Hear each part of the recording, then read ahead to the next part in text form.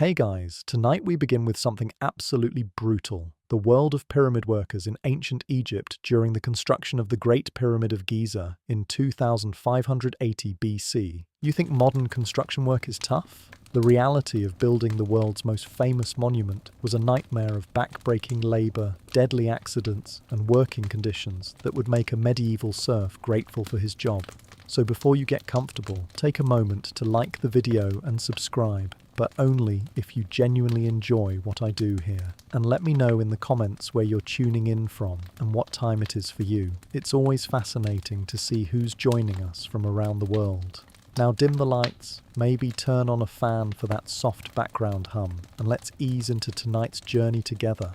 Congratulations, you've just woken up in the year 2580 BC. And you're about to become Katie, a seasonal farmer from a small village along the Nile, who's about to discover that volunteering for pyramid construction work was the worst decision of your life. The good news? You'll earn enough grain rations to feed your family through the upcoming flood season. The bad news? You'll probably die in the process, and even if you survive, your body will never recover from what you're about to endure. Let's be clear about something. Nobody dreams of becoming a pyramid worker. It's not like ancient Egyptian children played pyramid builder, the way modern kids play astronaut or doctor. Pyramid construction was dangerous, exhausting, and had a mortality rate that made Egyptian warfare look like a safe career choice. The people who built the pyramids weren't slaves driven by whips, as Hollywood would have you believe, but they weren't exactly volunteers either. Your journey to pyramid construction began 3 months ago during the annual Nile flooding, when the river turned your fertile farmland into a temporary lake and left you with no agricultural work until the waters receded. This flooding period, called the inundation, typically lasted 3 to 4 months and created a massive pool of unemployed agricultural workers who needed alternative sources of income to survive. The timing wasn't coincidental. Pharaoh Khufu's architects deliberately scheduled major pyramid construction during flood season, when thousands of farmers were available for recruitment, and the Nile's high water levels made it easier to transport massive stone blocks from distant quarries. It was an efficient system that solved multiple problems simultaneously, providing employment for displaced farmers, utilizing seasonal labor when agricultural work was impossible, and advancing the pharaoh's massive construction project. But recruitment is a generous term for what actually happened. While technically voluntary, pyramid work was encouraged through a combination of economic necessity, social pressure, and royal decree that made refusing practically impossible for ordinary citizens.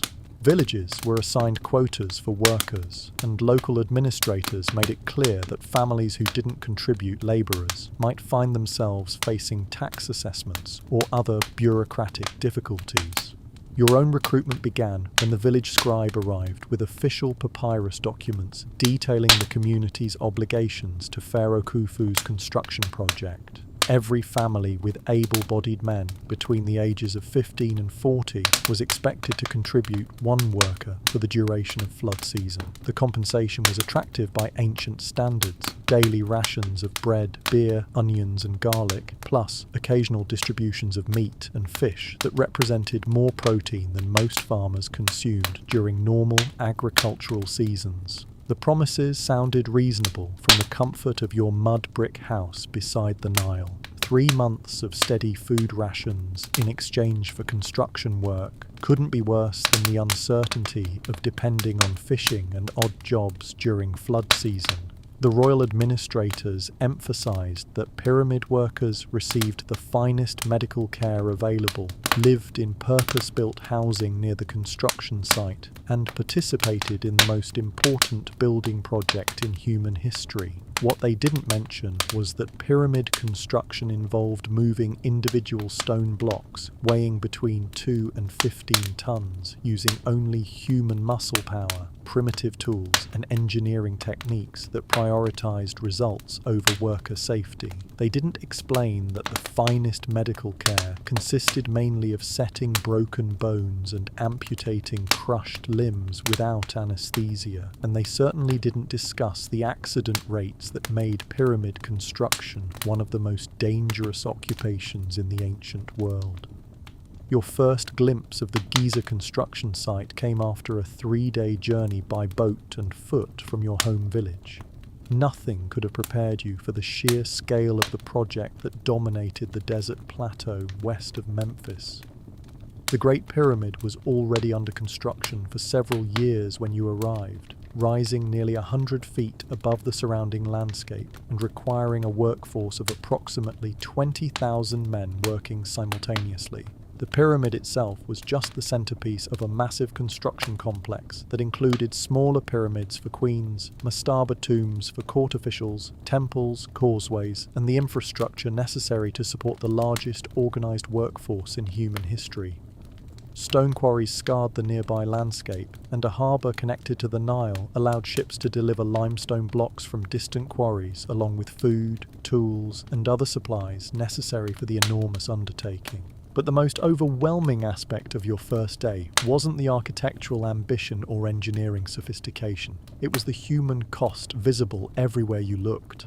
Thousands of workers moved across the construction site like ants, hauling massive stones up ramps, cutting and shaping blocks with primitive tools, and performing the countless manual labor tasks required to transform raw stone into a monument that would last for millennia. The workers themselves showed clear evidence of the physical toll that pyramid construction extracted from human bodies. Men limped from injuries that had healed poorly. Others showed the distinctive muscle development of people who spent their days lifting enormous weights, and many displayed scars from construction accidents that had nearly killed them.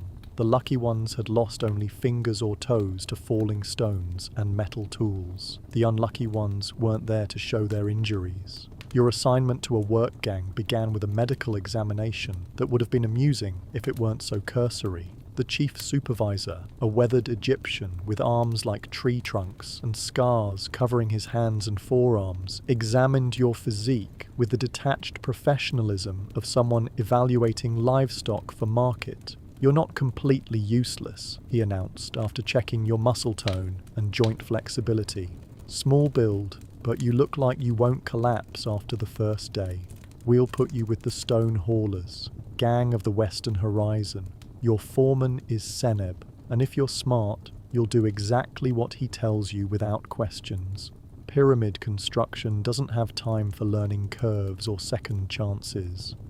The gang of the Western Horizon consisted of 20 workers organized into teams of 4, each team responsible for moving stones of specific sizes along designated routes from cutting areas to construction points on the pyramid. Your team included Kent, a veteran pyramid worker who'd survived 3 construction seasons and served as informal leader, Menkara, a young man from a village near Saqqara who'd been recruited for the same economic reasons that brought you to Giza, and Hordadef, an older farmer whose family had sent him to pyramid work to fulfill military service obligations. The team dynamics became clear within hours of your assignment. Kent possessed knowledge and experience that could mean the difference between completing daily work quotas and facing punishment for inadequate performance. Menkar's youth and enthusiasm made him eager to prove himself through extra effort that veteran workers knew was unsustainable over a full construction season.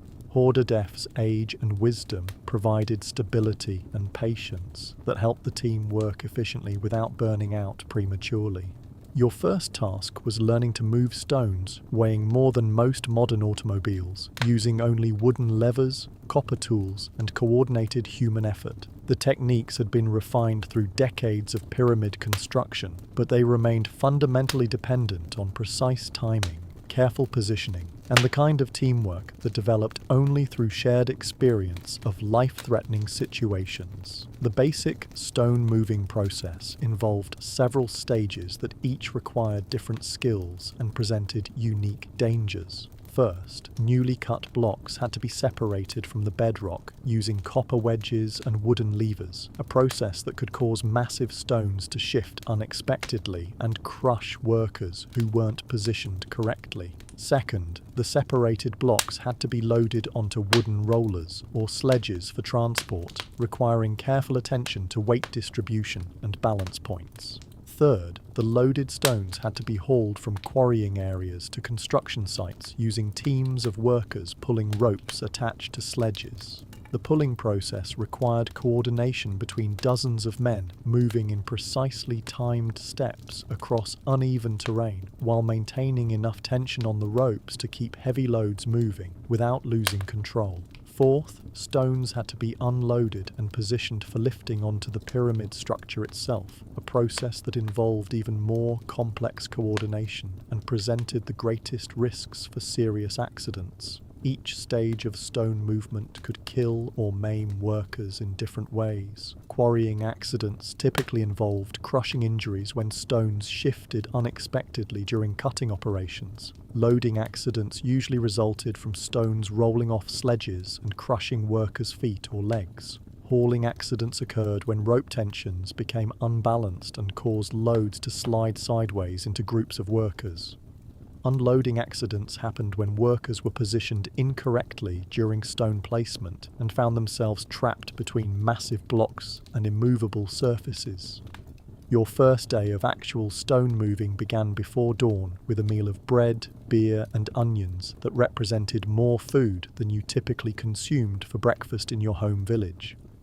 The meal was designed to provide energy for physical labour that would continue for approximately 14 hours, with only brief breaks for additional food and water. The quantity and quality of food rations represented one of the genuine advantages of pyramid work. Malnutrition was rarely a problem for construction workers, unlike the general population of ancient Egypt. But the generous food rations came with the expectation that workers would expend every calorie in service of the construction project. Pyramid supervisors had calculated the nutritional requirements for various types of physical labor and provided rations accordingly. Workers who failed to meet productivity standards faced reduced food allocations, while those who exceeded expectations might receive extra portions of meat or beer. The dawn meal was consumed in silence by workers who were conserving energy for the day ahead and avoiding conversations that might distract from the mental preparation required for dangerous work. Veteran workers like Kent used the meal period to assess weather conditions, review the day's work assignments, and mentally rehearse the coordination required for safely moving massive stones without killing teammates. The work site at dawn resembled a military operation more than a construction project. Thousands of workers moved into position with choreographed precision, each gang proceeding to designated areas and beginning tasks according to schedules that had been planned weeks in advance. The organization was necessary not just for efficiency, but for safety. Uncoordinated movement of so many people and such massive materials would have resulted in catastrophic accidents. Your gang's first assignment involved moving a limestone block weighing approximately 6 tons from a cutting area to a staging point where it would be prepared for lifting onto the pyramid.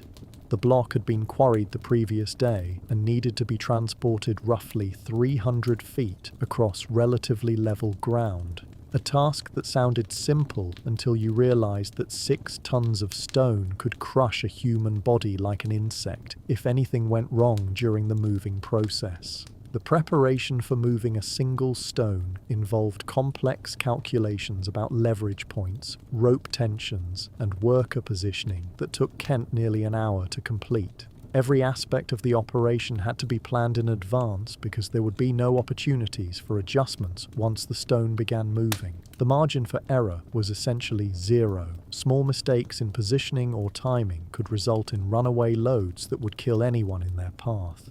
The actual moving process began with positioning wooden levers under specific points on the stone where its weight was distributed most evenly. These leverage points had been calculated through geometric principles that Egyptian engineers had developed through centuries of monument construction. Getting the lever positions wrong could make the stone impossible to move or cause it to shift unpredictably during transport. Once the levers were properly positioned, the team used coordinated lifting efforts to raise one edge of the stone enough to slide wooden rollers underneath. The rollers were logs that had been specially prepared for stone transport, cut to uniform diameter, stripped of bark, and treated with animal fat to reduce friction.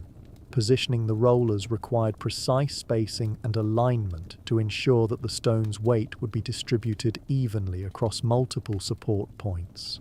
The lifting process itself required all 4 team members to coordinate their efforts exactly, applying force to the levers simultaneously while maintaining careful attention to the stone's balance and movement.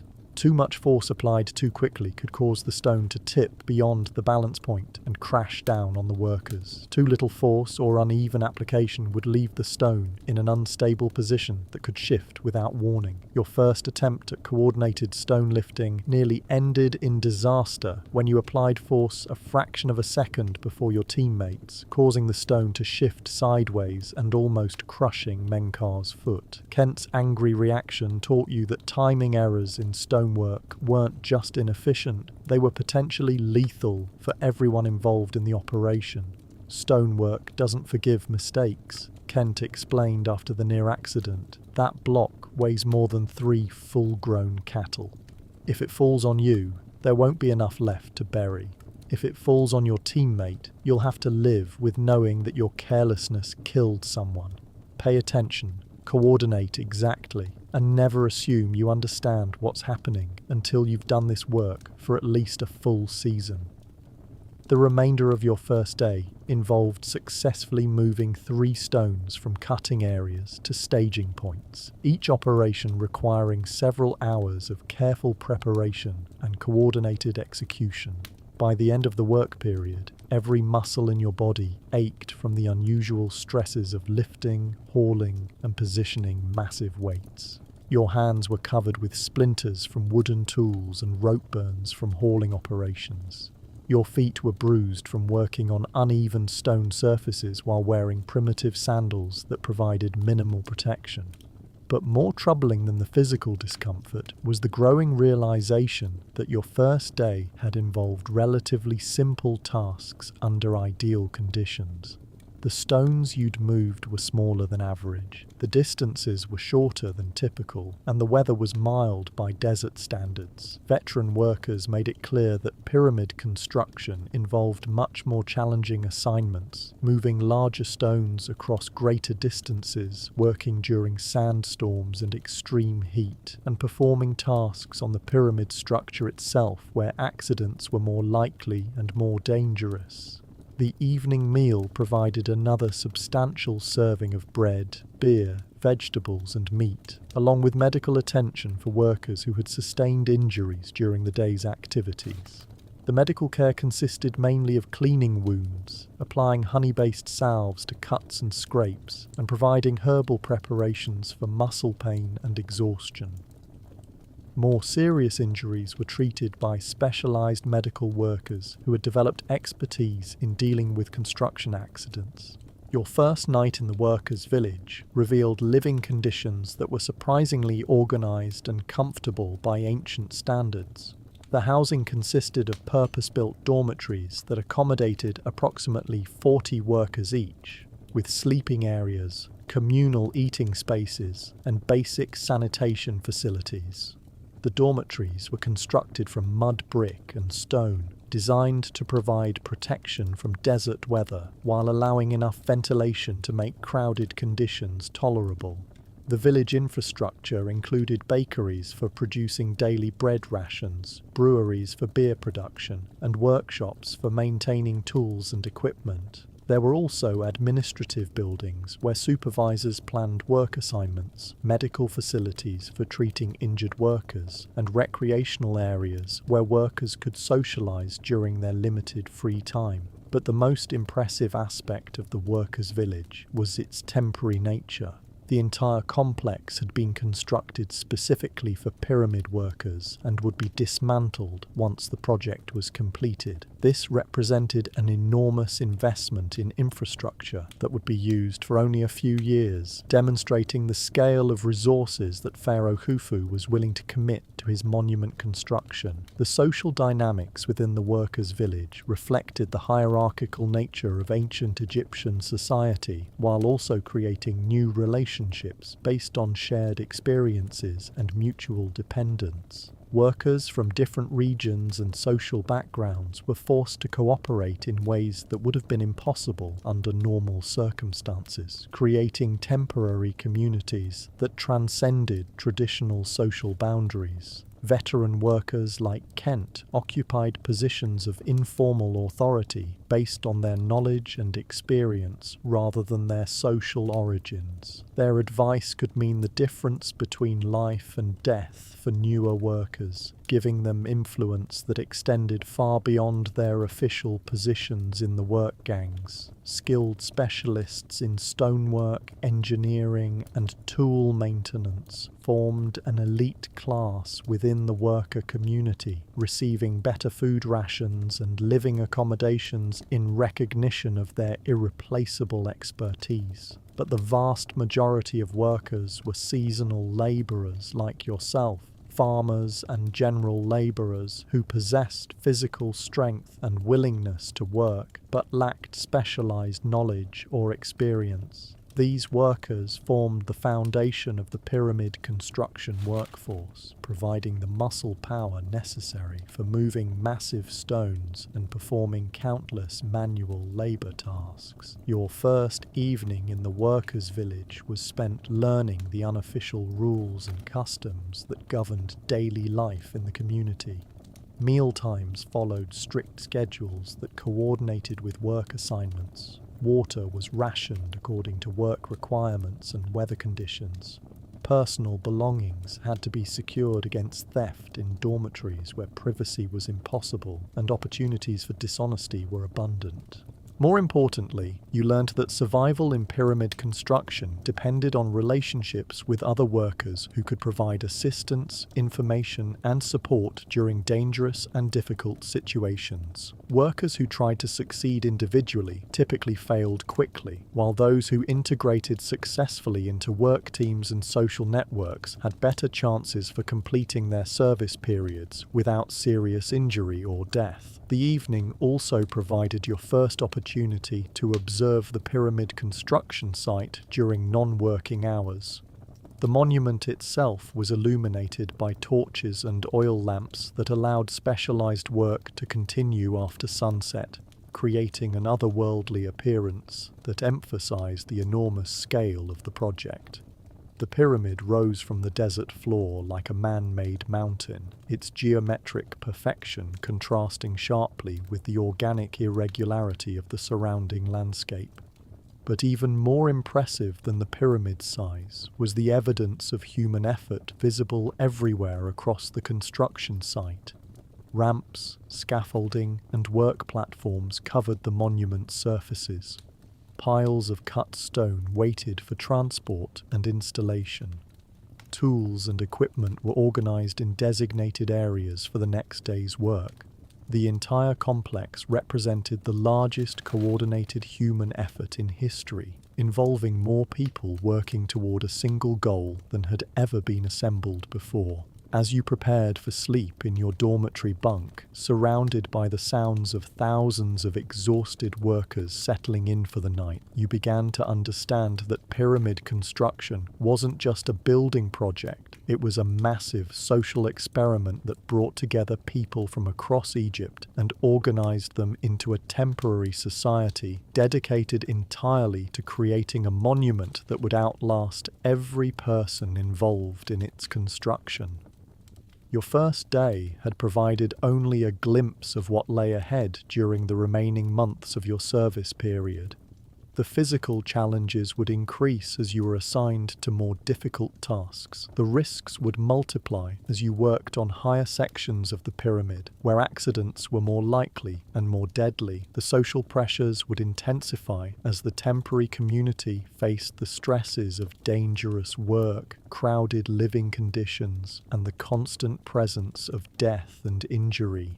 But tonight, as exhaustion overcame anxiety and your body demanded rest after the most physically demanding day of your life, you could at least take satisfaction in having survived your introduction to pyramid construction work. Tomorrow would bring new challenges and new dangers, but you'd proven to yourself and your teammates that you were capable of contributing to the most ambitious construction project in human history. Of course, you had no idea that your first day had been deliberately easier than normal working conditions, designed to help new workers adjust gradually to the physical and psychological demands of pyramid construction.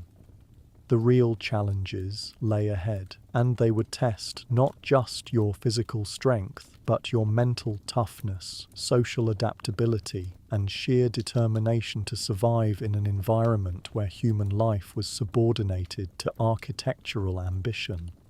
Tomorrow, you would discover what it really meant to be a pyramid worker in ancient Egypt. Your second week as a pyramid worker begins with the sound that will haunt your dreams for the rest of your life, the pre-dawn horn that signals the beginning of another 14-hour shift of back-breaking labour under the merciless Egyptian sun. The horn isn't just a wake-up call, it's a reminder that your body belongs to Pharaoh Khufu's construction project from sunrise to sunset, and that every minute of delay means less food rations and harsher treatment from supervisors who view workers as expendable resources rather than human beings. The daily routine of pyramid construction operates with military precision, designed to extract maximum productivity from thousands of workers while minimizing the disruptions that could delay progress on the pharaoh's monument. Every aspect of the schedule has been calculated to optimize labor output. Meal times, work assignments, rest periods, and even bathroom breaks are regulated according to engineering requirements rather than human comfort or health considerations. Your wake-up comes at what modern people would call 3:30 a.m., though ancient Egyptians measured time by star positions and seasonal daylight variations rather than standardized hours.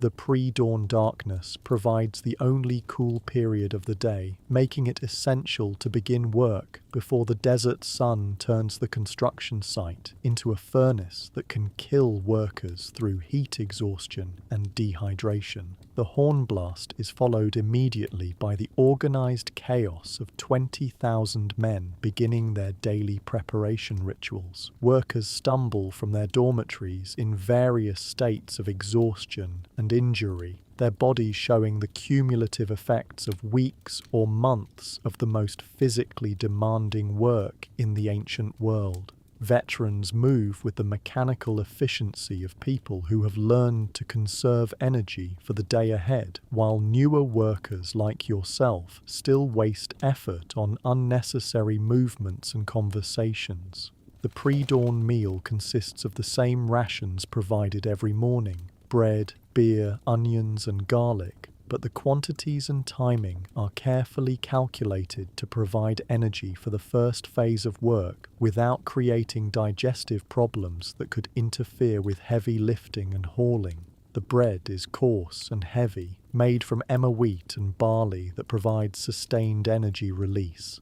The beer is weak by modern standards but safer to drink than water from questionable sources. But the most important component of the morning meal isn't nutritional, it's the salt and other minerals provided through preserved vegetables and meat. Pyramid work causes profuse sweating that depletes the body's electrolyte balance, and workers who don't maintain proper mineral intake quickly develop heat cramps, weakness, and eventually heat stroke that can be fatal in desert conditions. Your work gang assembles in the designated staging area as the first hint of dawn appears on the eastern horizon. The staging areas are organized with geometric precision that reflects the engineering mindset applied to every aspect of pyramid construction. Tools are arranged in specific patterns that allow rapid distribution to work teams. Stone blocks are positioned according to size and destination.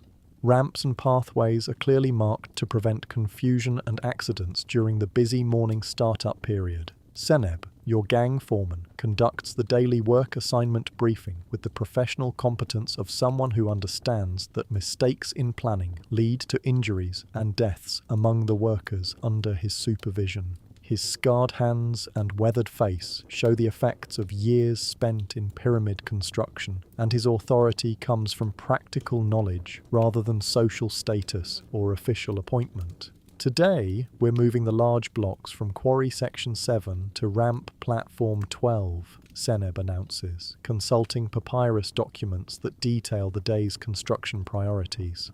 These are 15 talent stones, approximately 15 tons each, and they require full coordination between teams. Anyone who breaks timing or positioning protocols will be reassigned to stone cutting, and stone cutting is where people lose fingers and worse. The threat isn't idle. Stone cutting represents the most dangerous and exhausting work assignment in pyramid construction, typically reserved for workers who have demonstrated inability to perform team-based tasks safely.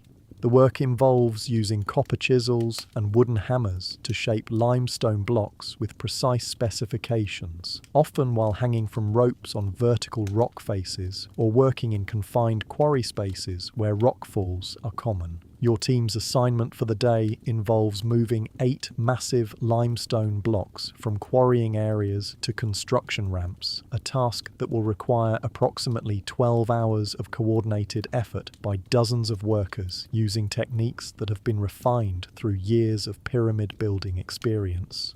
Each block weighs more than a modern truck and must be moved across uneven terrain using only human muscle power, wooden tools, and rope systems that can fail catastrophically if not managed correctly. The blocks themselves have been quarried according to specifications that require mathematical precision rarely achieved in ancient construction projects. Each stone must fit exactly into predetermined positions on the pyramid structure, with tolerances measured in fractions of inches rather than the rough approximations typical of most ancient building. This precision demands that blocks be shaped and transported without damage, adding complexity and risk to every aspect of the moving process. The morning work phase begins with the most technically challenging part of stone transportation, separating finished blocks from the bedrock using a combination of copper wedges, wooden levers, and controlled fracturing techniques that have been developed through generations of Egyptian stonework. The separation process requires workers to position themselves in extremely dangerous locations where falling stones or shifting loads can cause instant death or permanent disability.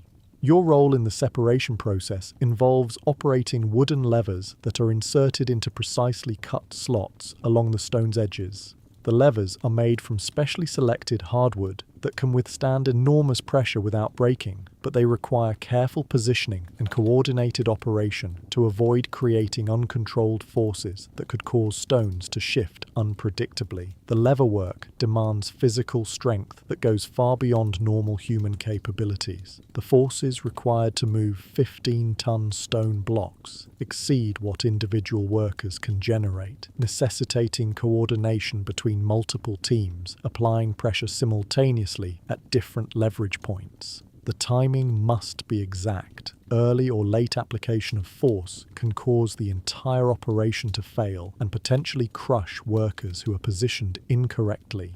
Your first attempt at coordinated lever operation nearly results in disaster when you apply maximum force a fraction of a second before your teammates, causing the massive stone to rock sideways and almost crush Menkar's legs. The near miss demonstrates how quickly pyramid work can turn lethal when workers fail to coordinate their efforts perfectly. Stonework doesn't give second chances, Kent reminds you after the incident. That block weighs as much as 6 full-grown bulls. If it falls on you, there won't be enough left to identify your body. If it falls on your teammate, you'll spend the rest of your life knowing that your carelessness killed someone who trusted you to do your job correctly. The The successful separation of a single stone block requires approximately 2 hours of careful preparation and coordinated execution, followed by the even more challenging task of loading the block onto wooden sledges for transport. The loading process involves using inclined ramps, rope systems, and lever arrangements that must be positioned with mathematical precision to avoid catastrophic failures. The sledges themselves represent sophisticated engineering solutions to the problem of moving massive weights across uneven terrain. Each sledge is constructed from specially selected hardwood beams, joined with copper fittings and rope lashings that distribute the stone's weight across multiple support points. The runners are shaped to minimize friction while maintaining directional stability, and the entire structure is designed to flex under load without breaking. Loading stones onto sledges requires positioning the sledge exactly parallel to the stone's longest dimension and ensuring that the weight distribution remains balanced throughout the lifting process. Uneven loading can cause sledges to tip over or break apart under stress, creating runaway loads that can kill anyone in their path. The actual loading operation involves using a complex system of ramps, levers, and rope pulleys to gradually raise one edge of the stone while sliding the sledge underneath. The process requires precise coordination between workers operating different components of the lifting system, with timing errors potentially causing equipment failures or worker injuries. Your team's first successful stone loading takes nearly 3 hours and leaves every member exhausted from the physical and mental stress of coordinating such dangerous work. The loaded sledge weighs approximately 18 tons total and requires the combined pulling effort of 40 workers to move across level ground at walking speed. The hauling process begins with the most dangerous moment in stone transportation, the initial movement that overcomes static friction and sets the massive load in motion. Static friction for an 18-ton sledge is enormous, requiring coordinated pulling effort from all 40 workers simultaneously to break the sledge free from its resting position. Once movement begins, momentum helps maintain motion, but starting and stopping require maximum effort from every person involved. The hauling teams are organized into precise formations that have been developed through years of experimentation with different rope arrangements and pulling techniques. Each worker is assigned to specific rope positions that distribute the pulling force evenly while allowing rapid adjustment if problems develop during transport. The formations require workers to move in synchronized steps while maintaining constant tension on the ropes that control the loaded sledge. Your position in the hauling formation places you in the second row of pullers, where your primary responsibility is maintaining steady tension on the rope while responding immediately to direction changes or emergency stops. The rope itself is made from specially prepared plant fibers that can support enormous loads but will break catastrophically if subjected to sudden shock loads or excessive wear. The hauling route from quarry to construction site covers approximately half a mile of desert terrain that includes uneven surfaces, sand patches, and rocky areas where sledges can become stuck or damaged. The route has been surveyed and prepared by engineering teams, but obstacles and hazards still create constant challenges for hauling crews. The physical demands of stone hauling exceed anything you've experienced in agricultural work. The pulling effort required to maintain an 18-ton load in motion strains every muscle in your body, while the desert heat creates dehydration risks that can cause workers to collapse without warning. The work must continue regardless of individual fatigue or discomfort, because stopping the load requires enormous effort to restart motion. Your first stone hauling session lasts approximately 4 hours and covers the distance from quarry to construction site at an average speed slower than normal walking pace. The sustained physical effort leaves you completely exhausted, with muscle cramps, dehydration symptoms, and rope burns on your hands that will take days to heal properly. But completing one stone transport represents only the beginning of your daily work assignment. Pyramid construction schedules require your team to move 8 blocks during the 14-hour work period, meaning that the exhausting process you've just completed must be repeated 7 more times before the day ends. The The midday break provides minimal relief from the relentless work pace. The break lasts exactly long enough to consume a meal of bread, vegetables and beer while receiving basic medical attention for injuries sustained during the morning work period. Workers with serious injuries are removed from active duty and assigned to lighter tasks, while those with minor problems receive crude medical treatment designed to keep them functional rather than comfortable. The medical care available to pyramid workers consists mainly of cleaning wounds with beer or vinegar, applying honey-based salves to cuts and burns, and providing herbal preparations for pain and inflammation. More serious injuries require treatment by specialised medical workers who have developed expertise in dealing with construction accidents, but their techniques are limited by the primitive state of ancient Egyptian medicine. Your rope burns receive a coating of honey and animal fat that provides some protection against infection while reducing friction during afternoon work. The treatment is effective but uncomfortable, and the coating attracts sand and debris that creates additional irritation. Most workers simply endure the discomfort because the alternative, stopping work due to minor injuries, results in reduced food rations and potential reassignment to more dangerous tasks.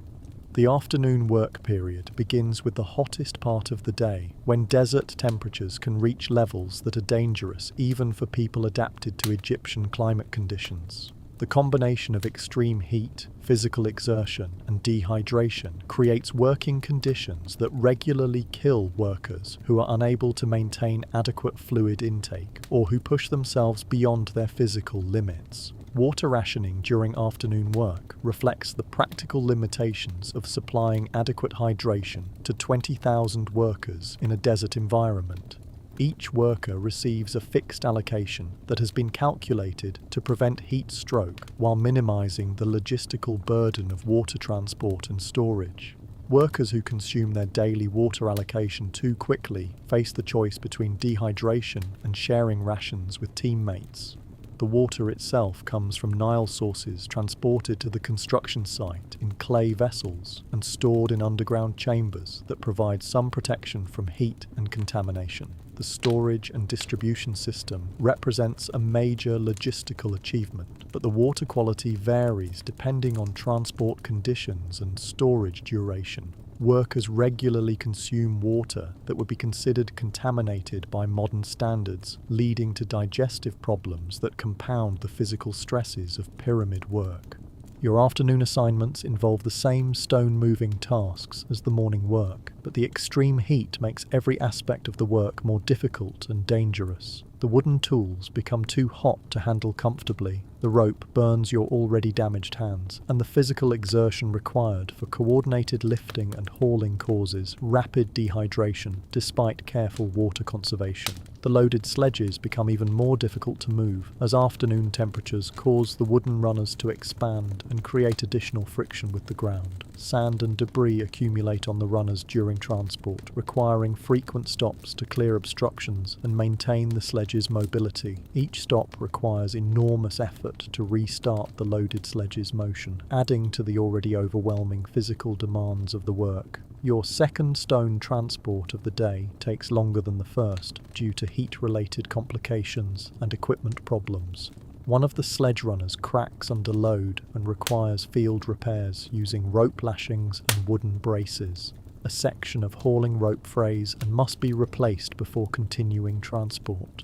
2 workers in your hauling team collapse from heat exhaustion and must be replaced by reserve personnel. The equipment failures and personnel problems demonstrate how pyramid construction operates at the limits of human and technological capabilities. Every aspect of the work pushes people, tools, and techniques to their breaking points, and failures occur regularly despite careful planning and experienced supervision.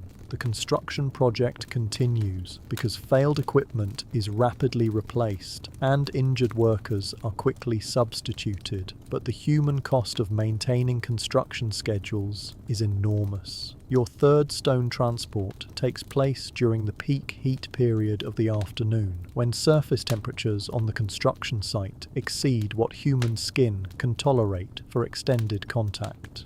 The rope handles become so hot that workers must wrap their hands in cloth scraps to avoid burns, and the metal fittings on tools and equipment can cause serious injuries if touched directly. The extreme heat creates optical illusions and disorientation that make the already dangerous work even more hazardous. Workers misjudge distances and directions, leading to coordination problems that can cause equipment failures or accidents. The heat also affects judgment and reaction times, increasing the likelihood of mistakes that can have fatal consequences in such dangerous working conditions. By late afternoon, your body is approaching the limits of its endurance. The sustained physical effort, extreme heat, and gradual dehydration have created a combination of symptoms that include muscle cramps, nausea, dizziness, and difficulty concentrating. Your performance is deteriorating noticeably, and you're making mistakes that endanger yourself and your teammates. But pyramid construction schedules don't accommodate human limitations. The work must continue at the required pace, regardless of individual worker conditions, and those who cannot maintain productivity standards face immediate consequences. Supervisors monitor work teams constantly, identifying workers whose performance is declining and making personnel adjustments to maintain overall productivity. Your fourth stone transport of the day nearly ends in disaster when heat-induced disorientation causes you to lose your grip on the hauling rope at a critical moment. The sudden loss of tension almost causes the loaded sledge to veer off course and crash into a group of workers operating adjacent equipment. Only quick reactions by veteran workers prevent what could have been a catastrophic accident with multiple casualties. The near miss earns you a brutal reprimand from Seneb, who makes it clear that workers who endanger their teammates through carelessness or incompetence will be transferred to stone cutting assignments where their mistakes will primarily endanger themselves rather than other people. Pyramid work requires absolute reliability from every person in every position, Seneb explains after pulling you aside. When you're part of a 40-man hauling team moving an 18-ton load, a single moment of inattention can kill multiple people. If you can't maintain focus and coordination under working conditions, you'll be cutting stone by yourself, where your failures won't put other workers at risk. The threat of reassignment to stone cutting provides powerful motivation to maintain performance standards despite physical exhaustion and heat-related problems. Stone cutting work has even higher injury and mortality rates than stone transport, and workers assigned to cutting duties rarely complete their service periods without serious injuries or death. Your final 4 stone transports of the day blur together in a haze of heat, exhaustion, and mechanical repetition of the same dangerous procedures. Each transport requires the same careful coordination and sustained physical effort, but your body's declining condition makes every task progressively more difficult and dangerous. The evening work period continues until the sun approaches the horizon and temperatures begin to decrease toward tolerable levels. The timing isn't based on worker comfort, but on practical considerations. Stonework becomes extremely dangerous in low light conditions, and equipment failures increase dramatically when workers cannot see clearly.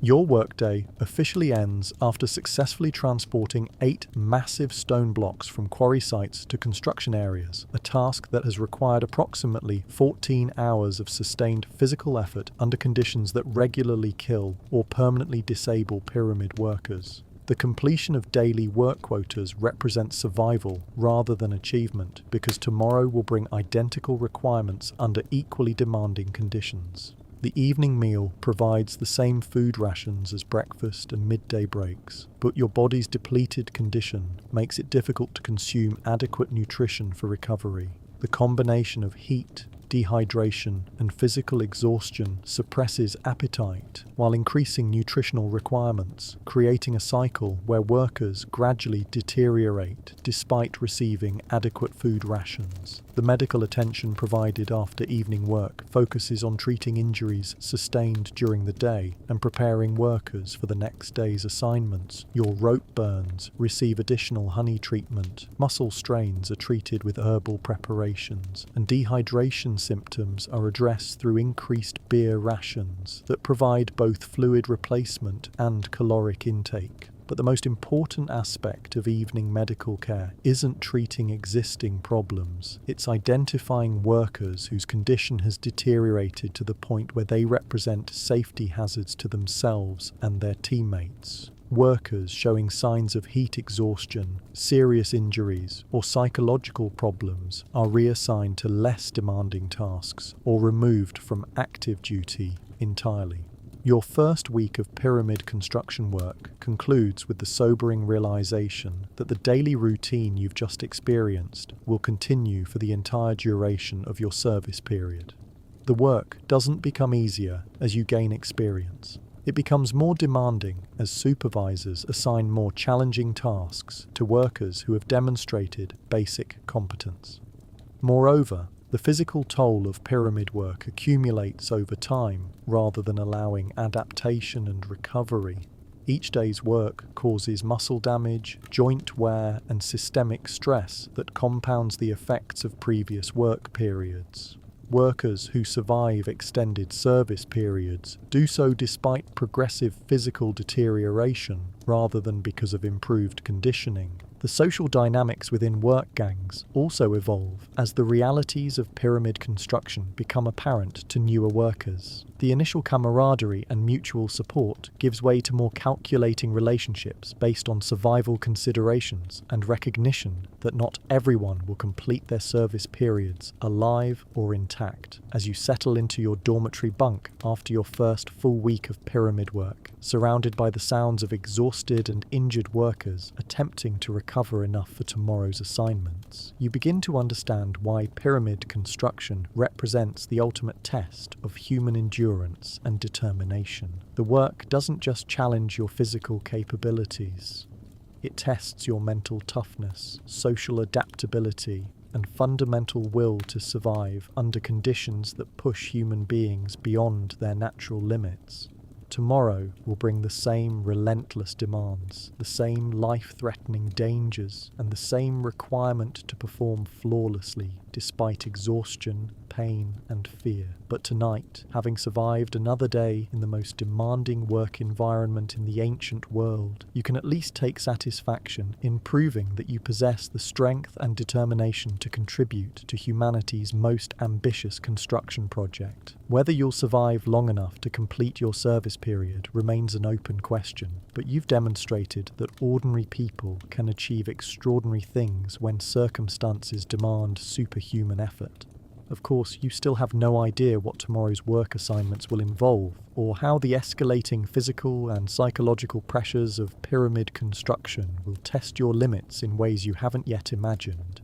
Your third week as a pyramid worker begins with a promotion that you quickly learn to regret. Seneb announces that your consistent performance and survival through basic stone transport duties has earned you advancement to specialized tool work, operating the copper chisels, wooden hammers, and rope systems that represent the cutting edge of ancient Egyptian construction technology. What sounds like recognition for competent work actually represents assignment to the most dangerous and technically demanding jobs in pyramid construction. Congratulations, Seneb says with the grim humour that characterises veteran supervisors. You've demonstrated that you can move stones without killing yourself or your teammates. Now we'll find out if you can cut stones without losing fingers, or worse. Tool work requires precision, patience, and the kind of steady hands that don't shake when you're hanging from a rope 50 feet above the ground with a sharp piece of metal in your hands. The promotion comes with access to equipment that represents the pinnacle of ancient Egyptian metalworking and engineering technology. Copper chisels forged by master craftsmen using techniques passed down through generations of pyramid builders. Wooden hammers carved from specially selected hardwoods and weighted for maximum impact with minimum effort.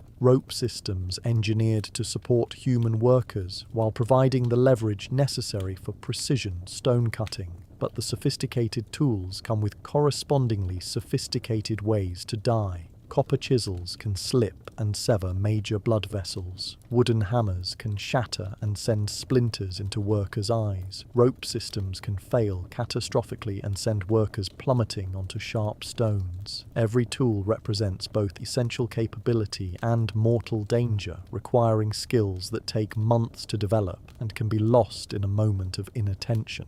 Your first lesson in tool work begins with copper chisel maintenance, a process that involves more chemistry and metallurgy than most pyramid workers ever encounter. Copper tools require daily sharpening, reshaping, and treatment with compounds that maintain their cutting edges while preventing the metal fatigue that causes tools to break under stress. The maintenance work takes place in specialized workshops where master craftsmen oversee tool preparation with the attention to detail typically reserved for religious ceremonies. The chisels themselves are works of art as much as functional tools. Each chisel is forged individually according to specifications that reflect both the intended cutting application and the physical characteristics of the worker who will use it. Handle length, blade width, edge angle, and weight distribution are customized to optimize performance, while minimizing the risk of accidents that could kill or disable valuable workers.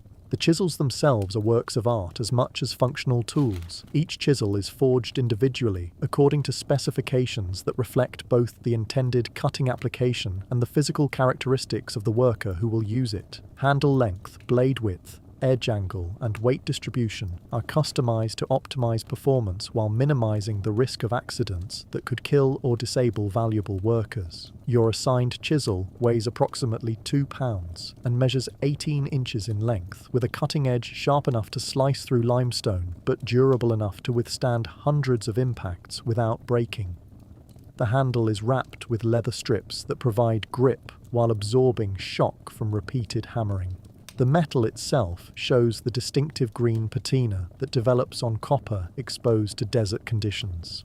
The wooden hammer designed to work with your chisel represents equally sophisticated engineering, carved from imported hardwood and shaped according to mathematical principles that maximize impact force while minimizing the physical stress on the worker using it. The hammerhead weighs exactly 4 pounds and is positioned to create optimal leverage when swung in the confined spaces where most stone cutting takes place. But the most impressive aspect of pyramid tool technology isn't the individual implements. It's the systematic approach to tool coordination that allows multiple workers to perform precision cutting operations simultaneously without interfering with each other's work.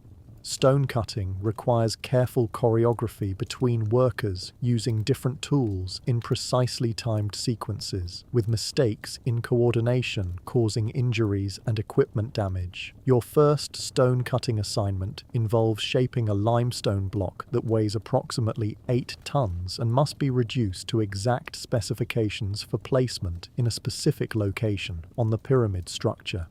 The cutting process requires removing roughly 2 tons of material while maintaining precise dimensions and surface finishes that will allow the finished block to fit perfectly with adjacent stones.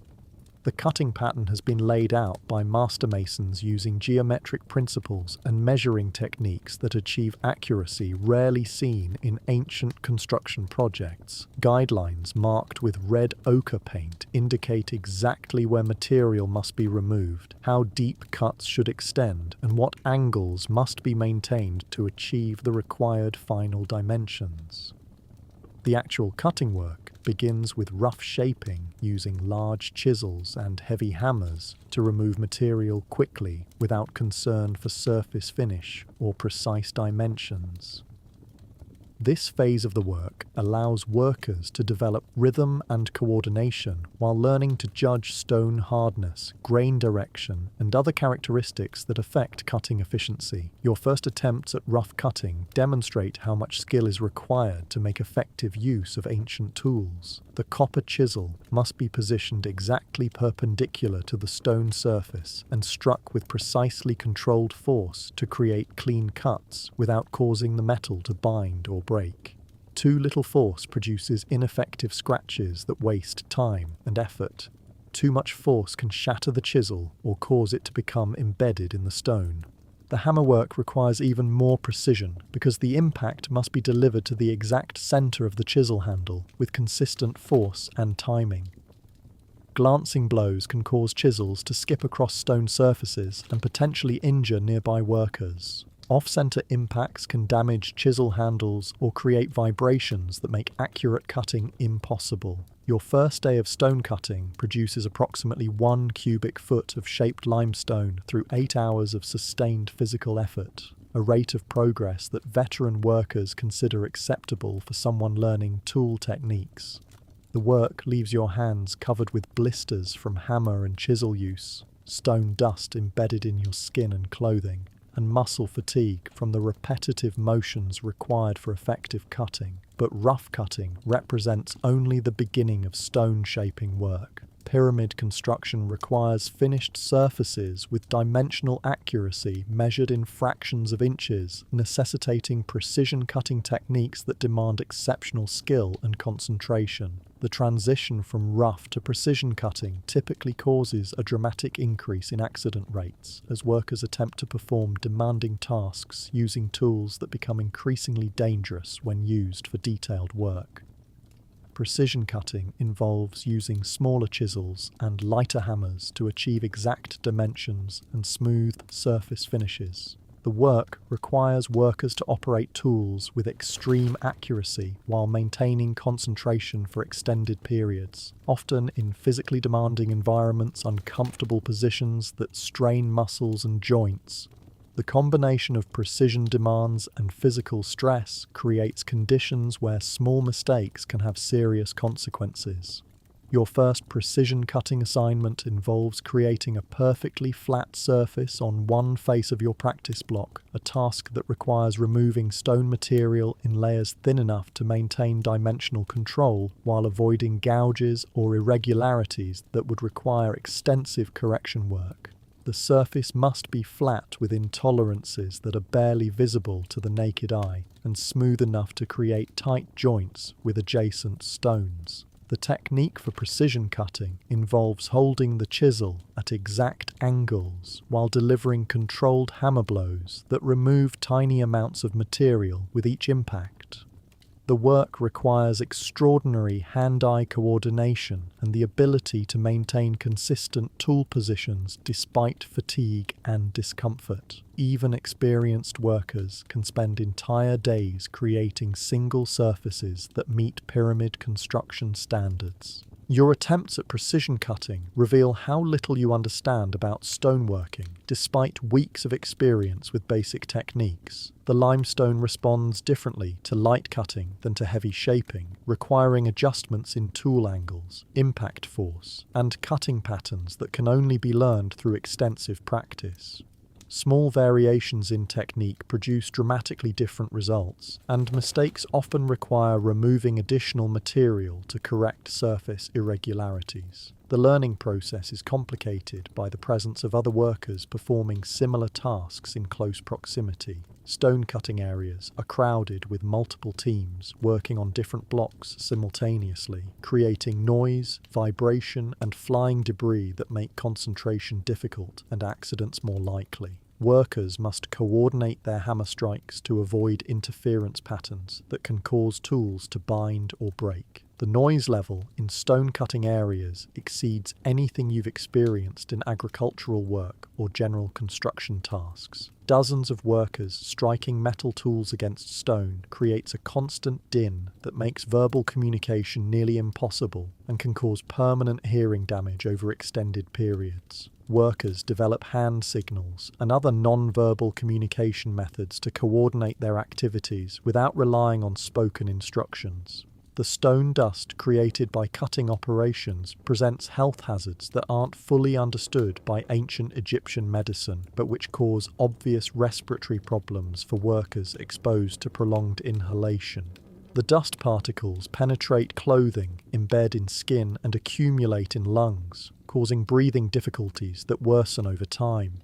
Workers regularly develop chronic coughs and other respiratory symptoms that affect their ability to perform physically demanding work. Your second week of tool work introduces you to rope techniques used for cutting operations that must be performed on vertical surfaces or in positions where workers cannot stand on solid ground. Rope work represents the most dangerous aspect of pyramid construction, combining the precision requirements of stone cutting with the additional hazards of working at height without effective safety equipment. The rope systems used for pyramid construction employ techniques that have been developed through generations of Egyptian building projects, but they remain primitive by modern safety standards. Workers are supported by plant fibre ropes that can break under load, secured by knots that can slip under stress, and protected by harness systems that distribute weight inadequately across the human body. Your first rope cutting assignment involves hanging from a rope system to shape the edge of a stone block that has been positioned too close to other materials to allow ground-based cutting.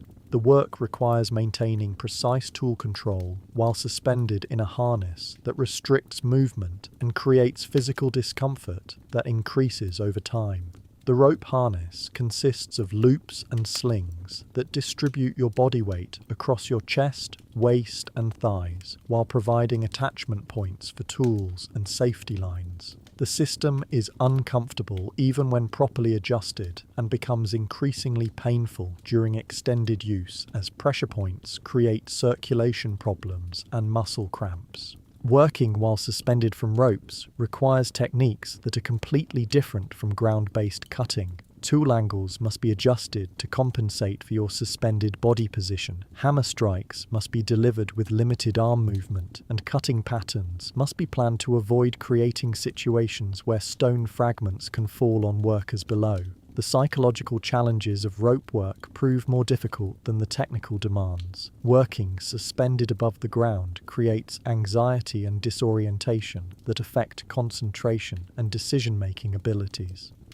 The constant awareness of potential falls makes it difficult to focus on precision cutting requirements, and the physical discomfort of rope harnesses adds another layer of distraction. Your first rope cutting session lasts approximately 2 hours and produces minimal progress due to the time required to adjust to suspended working conditions and learn modified cutting techniques. The work leaves you with rope burns, circulation problems, and muscle cramps that take days to resolve completely. More importantly, it provides sobering awareness of how many additional ways pyramid construction can kill or injure workers. The rope systems themselves require daily maintenance and inspection to prevent equipment failures that could be fatal for suspended workers. Rope maintenance involves checking every foot of fibre cordage for wear, fraying, or damage that could cause catastrophic failure under load. Knots must be inspected and retied according to specifications that ensure maximum strength and reliability. The maintenance work is performed by specialized workers who have developed expertise in rope technology and understand the stress factors that affect plant fiber cordage in desert conditions. Their knowledge represents the difference between life and death for workers who depend on rope systems for safety, but their expertise is limited by the materials and techniques available in ancient Egypt. Your third week of tool work introduces you to the most sophisticated cutting technique used in pyramid construction: the creation of precisely angled surfaces that must fit perfectly with adjacent stones to create the pyramid's smooth exterior finish. Angle cutting requires mathematical knowledge, geometric skills, and tool precision that pushes ancient Egyptian technology to its limits. The angle calculations are performed by master masons who use geometric principles to determine exact cutting requirements for each stone in the pyramid structure. The calculations must account for the pyramid's sloping sides, the curvature required to create smooth transitions between courses, and the individual variations in stone dimensions that result from quarrying and transport processes. Your assigned angle cutting task involves creating a surface that slopes at exactly 51 degrees and 50 minutes, the angle that defines the Great Pyramid's exterior profile. The surface must be flat within extremely tight tolerances and smooth enough to create invisible joints with adjacent stones. Achieving these specifications requires cutting techniques that are more demanding than any work you've performed previously. The process begins with marking the required angle using measuring tools and geometric techniques that have been refined through generations of pyramid construction. The angle is marked using string lines stretched between precisely positioned reference points, with the cutting pattern laid out according to mathematical principles that ensure accuracy despite the limitations of ancient measuring instruments. The actual cutting must follow the marked angle exactly while maintaining surface flatness and smoothness. This requires modifying all your cutting techniques to work at the specified angle while compensating for the effects of gravity, tool weight, and stone characteristics on cutting precision. Every aspect of the work becomes more difficult when performed on angled surfaces. Your angle cutting progress is measured in fractions of inches per day, rather than the cubic feet of material removal that characterized earlier cutting work. The precision requirements make it impossible to work quickly, and mistakes often require removing additional material to correct surface irregularities. The work demands concentration levels that are difficult to maintain under the physical stresses of pyramid construction. The quality control for angle cutting is performed by master masons who inspect every surface using measuring techniques that can detect variations invisible to untrained workers. Surfaces that fail inspection must be recut to meet specifications, regardless of the time and effort already invested in creating them.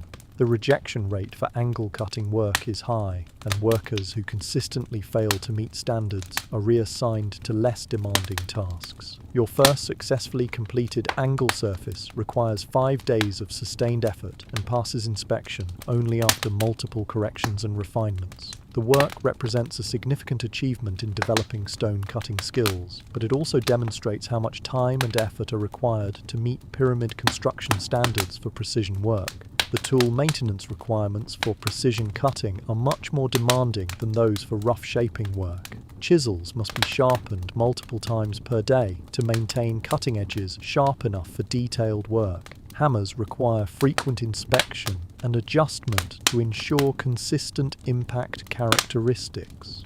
Rope systems need constant attention to prevent wear and damage that could cause equipment failures. Your tool maintenance routine now requires approximately 2 hours per day, in addition to active cutting work, time that is not included in official work schedules, but which is necessary to maintain equipment in working condition. Workers who fail to maintain their tools properly experience reduced cutting efficiency and increased accident risks that can affect entire work teams. The specialized nature of precision cutting work creates opportunities for advancement within the pyramid construction hierarchy, but it also increases exposure to occupational hazards that have permanent consequences for workers' health and survival prospects. Precision workers develop respiratory problems from prolonged stone dust exposure, joint problems from repetitive tool use, and nerve damage from vibration and repetitive stress. Your 4th week of tool work concludes with assignment to one of the most dangerous and technically demanding tasks in pyramid construction: cutting stones that will be incorporated into the pyramid's interior chambers and passages. Interior cutting work requires precision that exceeds even exterior angle cutting, combined with working conditions that make already dangerous work even more hazardous. Interior cutting takes place in confined spaces with limited ventilation, poor lighting, and restricted access that makes equipment transport and emergency evacuation extremely difficult. Workers must perform precision cutting while dealing with heat, dust, and psychological stress that result from working in underground or enclosed environments. The interior stones must fit together with precision that creates weatherproof joints and supports enormous structural loads without developing cracks or failures that could compromise the pyramid's integrity. The cutting tolerances are measured in fractions of millimeters, requiring skills that represent the absolute pinnacle of ancient Egyptian stoneworking technology. Your interior cutting assignment involves shaping stones for the Grand Gallery, a structural element that requires precision beyond anything previously demanded in pyramid construction. The work takes place in partially completed chambers where lighting is provided by oil lamps that create fire hazards and produce smoke that compounds the respiratory problems caused by stone dust. The confined working conditions create claustrophobia and anxiety that affect concentration and tool control. The psychological stress of working in enclosed spaces combines with physical demands of precision cutting to create working conditions that regularly break workers who have successfully completed other pyramid construction assignments. Your first week of interior cutting produces surfaces that meet quality standards but require extensive time and effort that demonstrate why pyramid construction timelines extend over decades rather than years. The work provides deep appreciation for the engineering achievements represented by pyramid construction, but it also reveals the enormous human costs of creating monuments that prioritize architectural ambition over worker safety and survival. As you complete your first month of pyramid construction work, having progressed from basic stone transport through tool work to precision cutting, you begin to understand that pyramid building represents the ultimate test of human capability and determination. The work pushes people, tools, and techniques to their absolute limits while demanding performance standards that seem impossible given the technology and knowledge available in ancient Egypt. But the pyramid rises gradually from the desert floor, each perfectly cut and positioned stone representing triumph over seemingly impossible engineering and logistical challenges. The monument stands as testament to what human beings can achieve when they commit absolutely everything to a single goal, regardless of the personal costs and sacrifices required. Tomorrow will bring new cutting assignments, new technical challenges, and new opportunities to demonstrate the skills you've developed through weeks of dangerous and demanding work. Whether you'll survive long enough to see the pyramid's completion remains uncertain, but you've proven that ordinary people can master extraordinary skills when circumstances demand superhuman effort and dedication. Of course, you still have no idea how the escalating demands and dangers of pyramid construction will test your limits in ways you haven't yet imagined, or how the human costs of architectural ambition will ultimately affect your own survival prospects. Your second month as a pyramid worker opens your eyes to the brutal social hierarchy that governs every aspect of life in the construction camp. What initially appeared to be a community of workers, united by shared hardship, reveals itself as a rigidly stratified society where your position determines not just your work assignments, but your chances of survival, the quality of food you receive, and whether you'll live to see your family again. The pyramid construction workforce operates according to a caste system more complex and unforgiving than the social structure of most Egyptian villages. At the top sit the master builders and chief engineers, men whose knowledge of mathematics, astronomy, and construction techniques makes them nearly as valuable as priests or royal scribes. These elite workers live in stone houses with multiple rooms, receive meat with every meal, and enjoy medical care that includes actual physicians rather than the crude field treatment available to common labourers. Below the masters are the skilled craftsmen, stone cutters, rope specialists, tool makers, and foremen who have survived long enough to develop expertise that can't be easily replaced. Skilled workers receive double food rations, sleep in dormitories with half the crowding of standard housing, and have priority access to clean water and medical supplies. More importantly, they have the authority to make decisions that can mean life or death for the workers under their supervision. The vast majority of the workforce occupies the bottom tier, seasonal labourers, farmers, and general workers whose only qualification is physical strength and willingness to work under conditions that kill or disable most people within months. These workers, including yourself, are treated as expendable resources to be consumed in service of the construction project. Your lives have value only as long as you can contribute to moving stones and following orders. But even within the bottom tier, subtle distinctions create hierarchies based on endurance, reliability, and survival time. Veterans who have completed multiple construction seasons without serious injury earn informal respect and slightly better treatment. Workers who demonstrate unusual strength or coordination may be selected for specialized tasks that offer better food or safer working conditions. Those who show leadership abilities might eventually advance to supervisory positions, assuming they survive long enough. Your own position in this hierarchy has gradually improved through a combination of competent work performance and sheer luck in avoiding serious accidents. Your progression from basic stone transport to tool work has elevated your status slightly above newly arrived seasonal workers, though you remain far below skilled craftsmen and veterans with multiple years of pyramid experience. The social distinctions manifest in every aspect of daily life within the workers' village. Housing assignments reflect status, with master craftsmen occupying private quarters while common labourers sleep in dormitories packed with 40 men per room. Food distribution follows strict protocols that ensure skilled workers receive the best cuts of meat, the freshest bread, and priority access to beer and other beverages.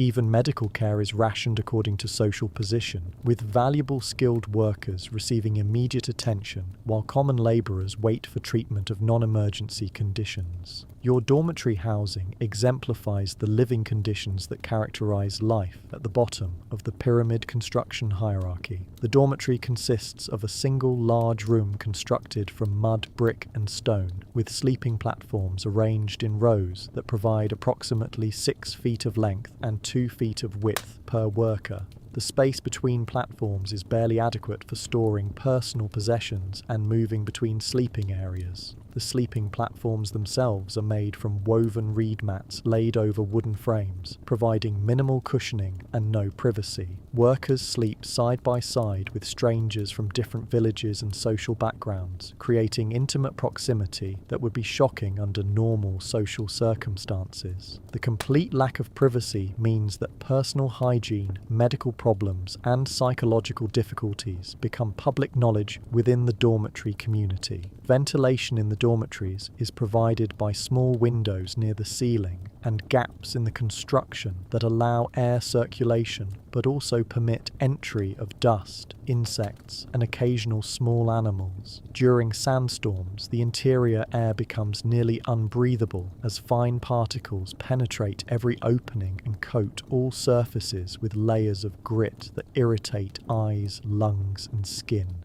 The dormitory environment creates health hazards that compound the occupational dangers of pyramid construction work. Respiratory diseases spread rapidly through crowded sleeping quarters where workers share contaminated air for extended periods. Skin infections and parasites transfer easily between people who sleep in close contact without adequate bathing facilities. Eye problems develop from constant exposure to stone dust and inadequate lighting conditions. But the most serious health threat in the dormitories comes from communicable diseases that can devastate entire work crews within days. Dysentery, fever, and other illnesses spread through contaminated water, food, or direct contact between workers. When disease outbreaks occur, entire dormitories may be quarantined or evacuated, disrupting work schedules and creating labour shortages that must be filled by reassigning workers from other tasks. Food distribution within the workers' village follows protocols designed to maintain productivity rather than ensure adequate nutrition for all workers. The basic rations consist of bread, beer, onions, and garlic, with quantities calculated to provide minimum calories necessary for physical labor. Additional foods like meat, fish, vegetables, and dairy products are distributed according to work assignments, productivity levels, and social status within the construction hierarchy. Your daily food allocation consists of approximately 3 pounds of bread made from emmer wheat and barley, 2 litres of weak beer that serves as both nutrition and safe drinking fluid, and small amounts of onions and garlic that provide vitamins and minerals necessary to prevent certain deficiency diseases. The bread is coarse and dense, designed to provide sustained energy for physical labour rather than palatability or digestive comfort. The beer serves multiple purposes beyond basic nutrition. It provides calories, B vitamins, and minerals, while offering safer hydration than water from questionable sources. The alcohol content is low enough to avoid intoxication, but sufficient to provide some antibacterial effects that reduce disease transmission. Beer production also allows storage of grain in liquid form that resists spoilage better than bread in desert conditions. Supplementary foods are distributed based on work performance and social position, creating powerful incentives for productivity while ensuring that the most valuable workers receive adequate nutrition to maintain their health and capabilities. Skilled workers and supervisors receive daily meat rations, fresh vegetables, and higher quality beer. Productive common labourers may earn occasional extra portions or special foods as rewards for exceptional performance. Workers who fail to meet productivity standards face reduced food allocations that create downward spirals of weakness, poor performance, and further ration reductions. Injured or sick workers often find their food rations cut to minimum subsistence levels, making recovery more difficult and increasing the likelihood of permanent disability or death. The food distribution system creates competition and tension within work crews as workers understand that their nutrition and survival prospects depend partly on their relative performance compared to teammates. This competition undermines the cooperation necessary for safe execution of dangerous work, creating situations where workers must choose between helping struggling teammates and maintaining their own food security.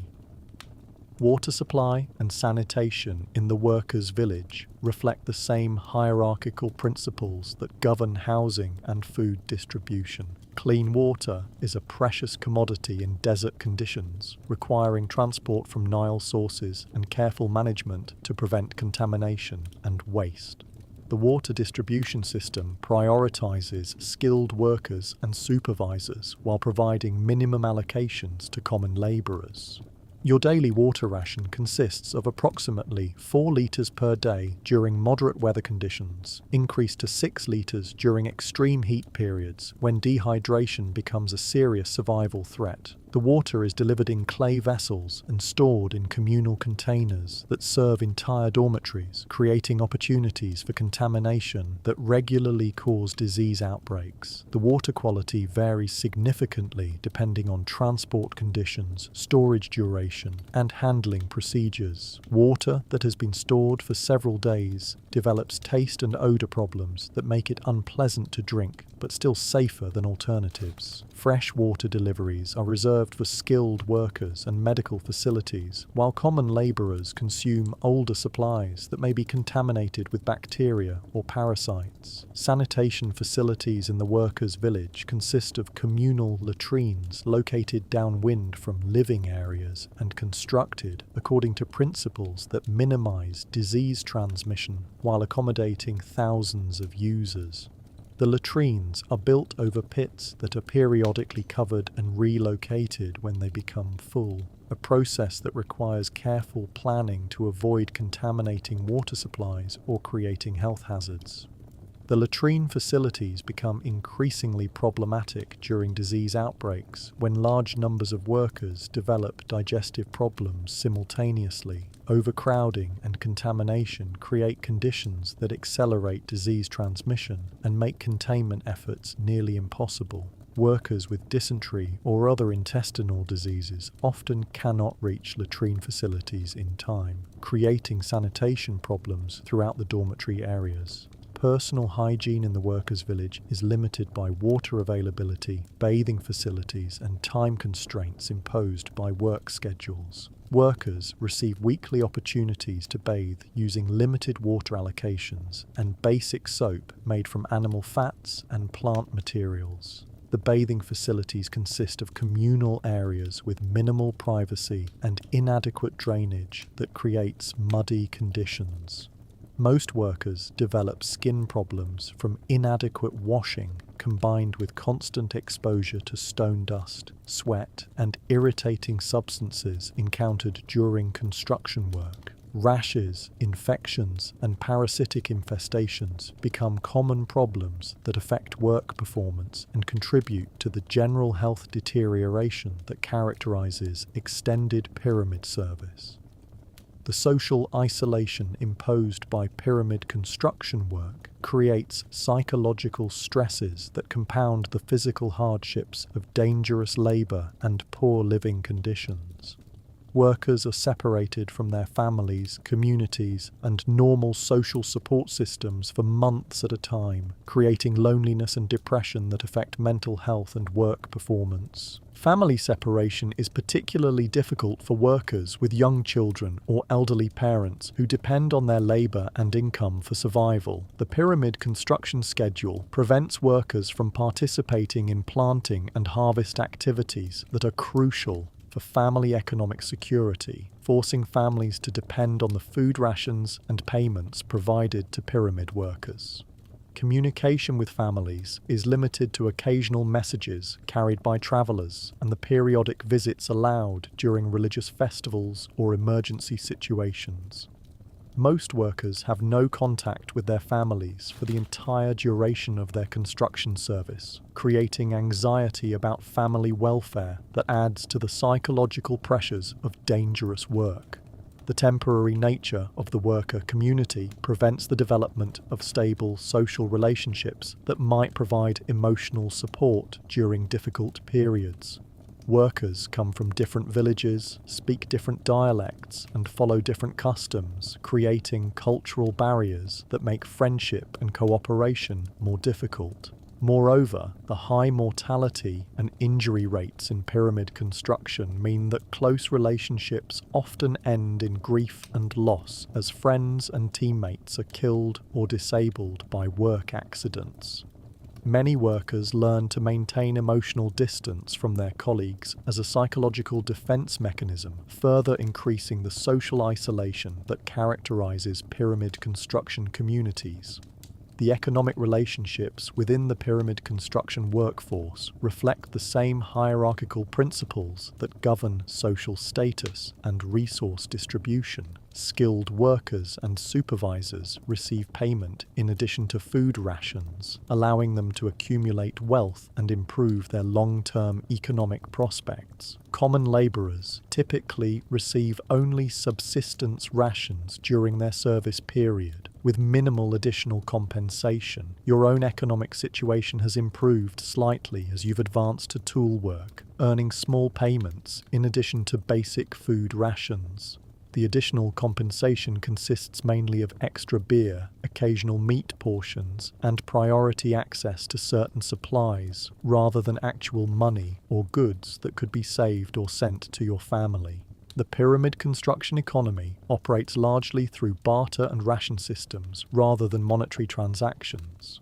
Workers trade extra food for services, tools, or favors that improve their working conditions or survival prospects. Gambling and informal lending create additional economic relationships that can either supplement workers' resources or create debts that worsen their situations. Skilled workers often supplement their official compensation by providing services to other workers, tool maintenance, medical care, equipment repairs, or specialized knowledge that commands premium payments. These informal economic activities create opportunities for advancement but also increase inequality within the worker community. The contrast between your current living conditions and your normal agricultural life becomes more apparent as your pyramid service extends into its second month. The combination of dangerous work, poor housing, inadequate privacy, social isolation, and hierarchical restrictions creates an environment that tests human adaptability and endurance beyond normal limits. Yet the pyramid construction project continues to attract workers because the alternatives available to seasonal agricultural labourers are often worse than pyramid service. The food rations, medical care, and potential for advancement offer better prospects than unemployment during flood seasons or subsistence farming on marginal lands. As you complete your second month of pyramid construction work, having learned to navigate the social hierarchies and survival strategies that govern life in the workers' village, you begin to understand that pyramid building represents more than just construction work. It's a complex social experiment that creates temporary communities organised entirely around architectural ambition. The human costs of this experiment are measured not just in work accidents and physical injuries, but in social dislocation, family separation, and psychological stress that affect thousands of people for years after their pyramid service ends. The monument that rises from the desert represents not just engineering achievement, but also the systematic sacrifice of human welfare in service of pharaonic ambition. Tomorrow will bring new challenges as construction work intensifies, and the social pressures of community life continue to test your adaptability and survival skills in an environment designed to extract maximum productivity from human resources, regardless of personal cost. Your third month as a pyramid worker begins with the sound that every construction veteran learns to fear, the horn blast that signals not the start of another workday, but a major accident that has claimed multiple lives. The emergency horn creates immediate panic among workers who understand that pyramid construction disasters typically involve falling stones, collapsed scaffolding, or equipment failures that can kill dozens of people in seconds. You're working on precision angle cutting when the horn sounds, immediately followed by shouting from supervisors ordering all work to stop and workers to remain in position until the emergency response teams can assess the situation. The sudden silence that follows the cessation of thousands of hammers and chisels creates an eerie atmosphere that makes the distant screams from the accident site even more disturbing. The accident occurred in ramp section 4, where a team of 60 workers was using rope and lever systems to position a massive capstone weighing nearly 20 tons. The stone-moving operation required precise coordination between multiple teams managing different aspects of the lifting process, with timing errors potentially causing catastrophic equipment failures. According to witnesses, the accident began when one of the main support ropes developed a weak point that caused it to stretch under load, disrupting the carefully planned coordination between work teams. The rope failure created imbalanced forces that caused the massive stone to shift position unexpectedly, putting enormous stress on the remaining rope systems and wooden framework supporting the lifting operation. The secondary rope failures happened in rapid succession as the shifted load exceeded the capacity of equipment that had been designed for evenly distributed forces. As ropes snapped and wooden supports splintered, the 20-ton capstone began an uncontrolled descent that crushed everything in its path, including workers who had no opportunity to escape from the collapse zone. The final casualty count includes 14 workers killed instantly by the falling stone, 7 more who died from injuries sustained during the collapse, and 23 workers suffering serious injuries that will prevent them from returning to pyramid construction work. The accident eliminates nearly an entire work gang and creates labour shortages that must be filled through reassignments and recruitment of replacement workers. But the human cost extends beyond immediate casualties to include psychological trauma affecting witnesses and survivors who understand that similar accidents can occur at any time during pyramid construction operations. The randomness of construction disasters creates constant anxiety among workers who realize that survival depends largely on luck rather than skill or caution. Your own response to witnessing the aftermath of major construction accidents reveals how pyramid work changes fundamental attitudes about mortality and human value. The sight of crushed bodies and grieving teammates becomes routine rather than shocking, and you develop emotional detachment that allows continued functioning despite constant exposure to sudden death and serious injury. This psychological adaptation represents both necessary survival mechanism and troubling indicator of how pyramid construction dehumanizes workers by making violent death seem normal and inevitable. The ability to continue working after witnessing colleagues being killed becomes essential for pyramid service, but it also creates mental health problems that affect workers long after their construction service ends. Your fourth month brings personal confrontation with the physical dangers that have claimed so many of your fellow workers. While performing rope-cutting work on a vertical stone face, a sudden equipment failure sends you plummeting 15 feet onto sharp limestone rubble that could have easily killed or permanently disabled you. The accident occurs when a knot in your safety rope slips under stress, causing you to lose your primary support while suspended with cutting tools in your hands. The fall happens too quickly for conscious reaction, leaving you dependent on secondary safety systems that aren't designed to arrest sudden falls from height. You land heavily on your left shoulder and hip, striking sharp stone fragments that cause deep cuts and what feels like internal injuries. The impact knocks you unconscious briefly, and you regain awareness surrounded by concerned teammates who are assessing your condition and debating whether to move you immediately or wait for medical assistance. The medical treatment you receive demonstrates both the capabilities and limitations of ancient Egyptian construction medicine. The medical workers clean your wounds with beer and vinegar, apply honey-based salves to prevent infection, and use linen bandages to control bleeding and protect damaged tissue from further injury. Your shoulder injury requires manipulation to restore proper joint alignment, a procedure performed without anesthesia by medical workers who have developed expertise in treating construction accidents. The manipulation is excruciating but necessary to prevent permanent disability that would end your ability to perform pyramid work. The recovery process reveals how construction injuries affect not just individual workers, but entire teams that depend on coordinated effort for safe completion of dangerous tasks. Your reduced capabilities force reassignment of team responsibilities and create additional workload for teammates who must compensate for your temporary limitations.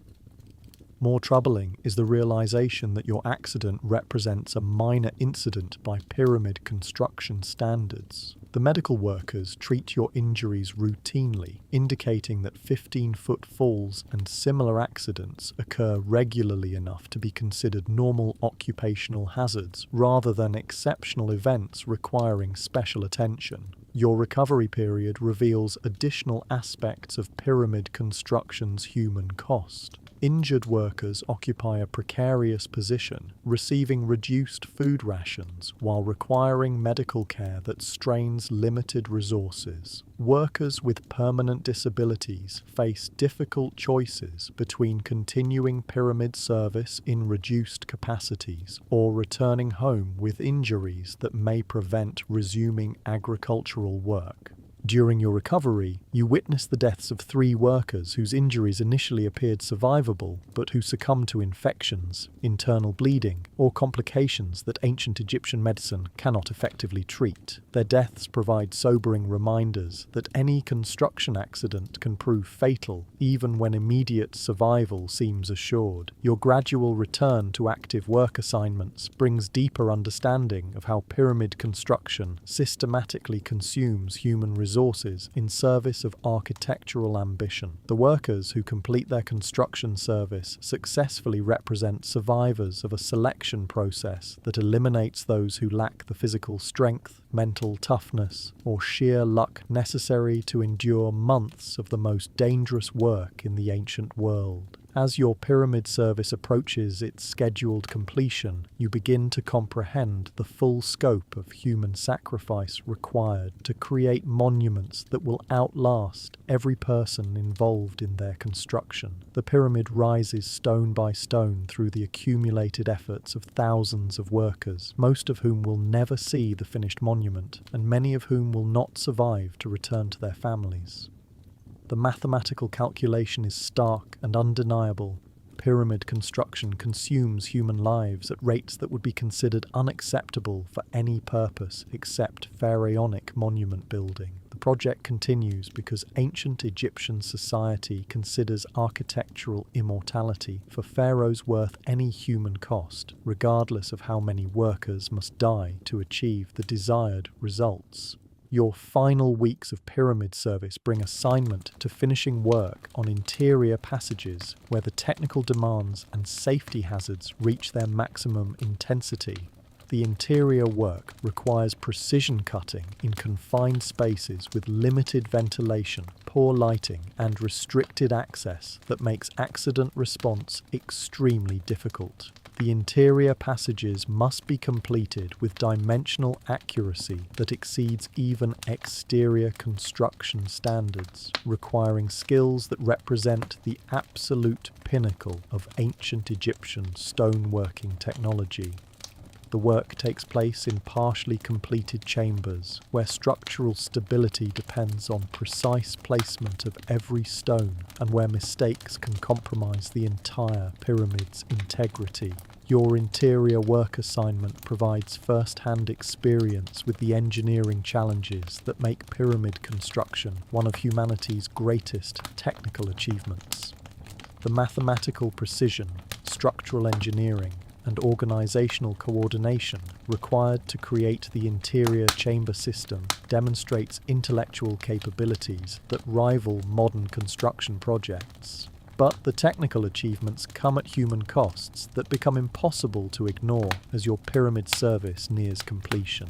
The interior work claims additional workers through accidents caused by confined working conditions, structural failures, and equipment problems that are particularly dangerous in enclosed spaces where escape is difficult. Your pyramid construction service concludes after 4 months of survival in the most demanding work environment in the ancient world. You have witnessed dozens of accidents, seen teammates killed by falling stones and equipment failures, survived your own serious injury, and contributed to construction progress that advances the monument toward eventual completion.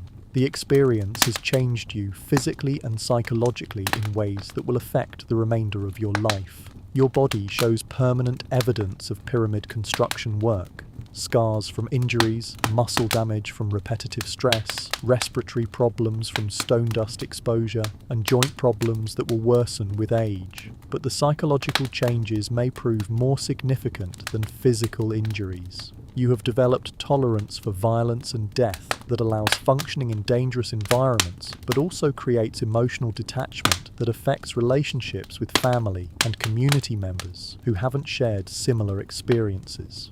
Your return to agricultural work and village life requires readjustment to social environments where individual human life has greater value and where work doesn't involve constant risk of sudden death or serious injury. The transition reveals how pyramid construction creates lasting changes in fundamental attitudes about mortality, community, and the relationship between individual welfare and collective goals.